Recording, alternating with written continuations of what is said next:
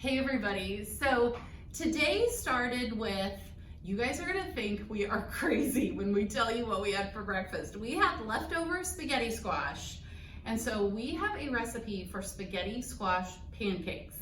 They are so mind-blowing good. They actually taste like pancakes.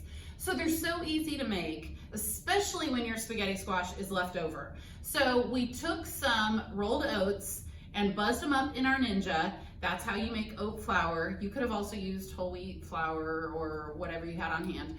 And then just some eggs and salt and pepper and a little bit of oil goes in there. And then you stir it up and cook them just like pancakes. And with maple syrup, and we threw some nuts on top. They are, even sitting there eating them this morning, we were going, these are mind-blowing good.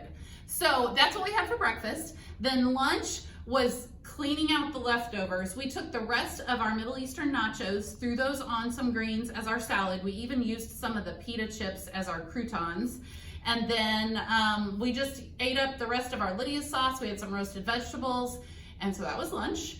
And then we had a cooking demo tonight and had so much fun. We're back in the super cool kitchen that we did with the school district not too long ago. And so today we made them the winter blues fruit salad, and then we did loaded sweet potato fries, and we did the Brownie Batter Dessert Hummus, and they loved it. It was so much fun. We even had one girl that told us she doesn't like sweet potatoes, and she loved the loaded sweet potato fries.